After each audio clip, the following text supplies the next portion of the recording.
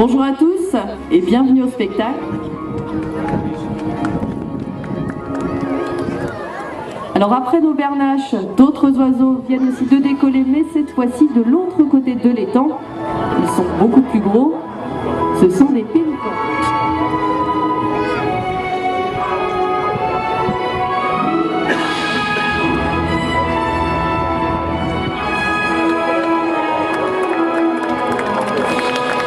Alors regardez, nos pélicans commencent à descendre, ils ne vont pas tarder à atterrir.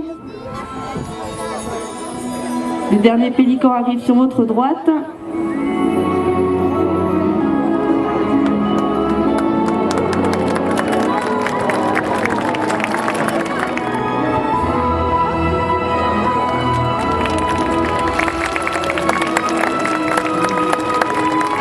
Et je vous propose qu'on laisse le dernier revenir tranquillement. Alors restez bien assis dans les gradins, car les prochains oiseaux risquent de vous frôler de très très près, puisqu'il s'agit de vautours.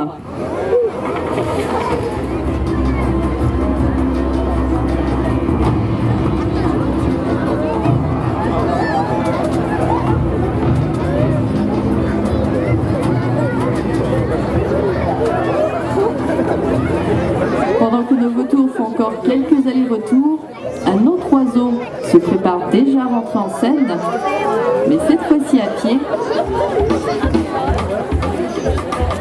puisqu'il s'agit d'un calao terrestre, et plus particulièrement un calao cafre. Malgré une allure un tout petit peu timide et maladroite, cet oiseau est un excellent marcheur. Et même s'il possède une très grande envergure, il ne va utiliser ses ailes qu'en cas de réel danger pour rejoindre l'arbre le plus proche, notamment celui qui aura le feuillage le plus dense pour pouvoir se camoufler. Vous allez voir que pour chasser, notre calao va piquer du bec vers le sol, et quand il va dénicher un serpent, dans la nature, 3 ou 4 calaos viennent unir leurs forces pour venir à bout du reptile.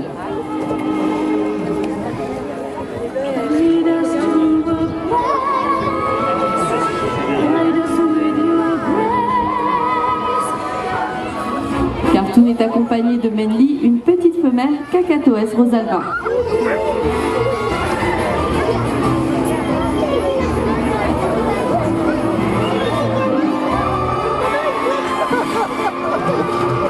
En Australie, le Cacatoès rosalba est très commun et il va former des vols énormes et très bruyants. Cet oiseau préfère se nourrir à terre le matin et le soir et passe le reste de son temps entre les feuilles des arbres au frais.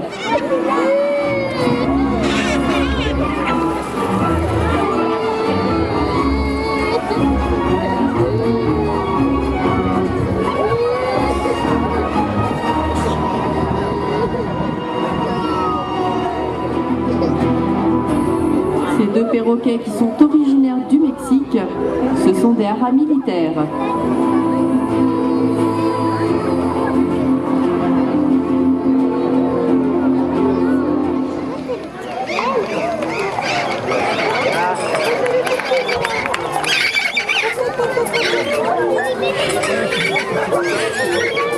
Tous ces petits perroquets très bruyants, ce sont des Amazones, des perruches de Patagonie.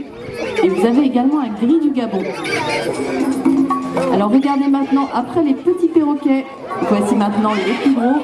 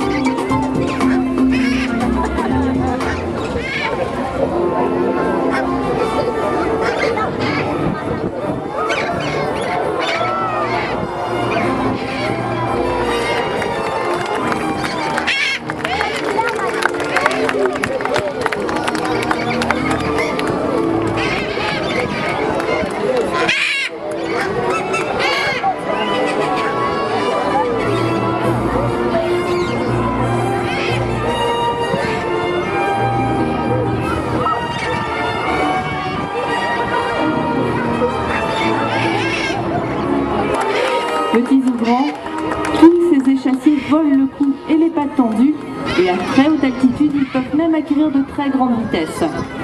Les oiseaux qui composent ce dernier groupe, ce sont des flamants rouges de Cuba. Vous avez également des ibis de Ridgway, des ibis rouges, des spatules blanches, mais aussi des roux garde-bœufs et des aigrettes garzettes. Tous ces oiseaux possèdent également un bec de forme différente qui va être lié à leur régime alimentaire. Alors comme vous avez pu le constater, ici au spectacle, tous nos oiseaux évoluent librement autour des 260 espèces qui peuplent notre territoire. Ce territoire, c'est la Dombe, c'est le pays des oiseaux et le parc qui a trouvé naturellement sa place.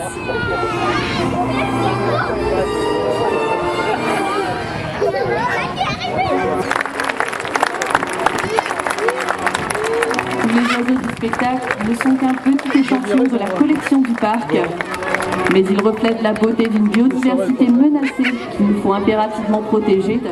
Je vous remercie de votre écoute et je vous laisse maintenant vous envoler vers les 2000 autres oiseaux du parc en vous souhaitant une très bonne fin d'après-midi et j'espère vous revoir très bientôt.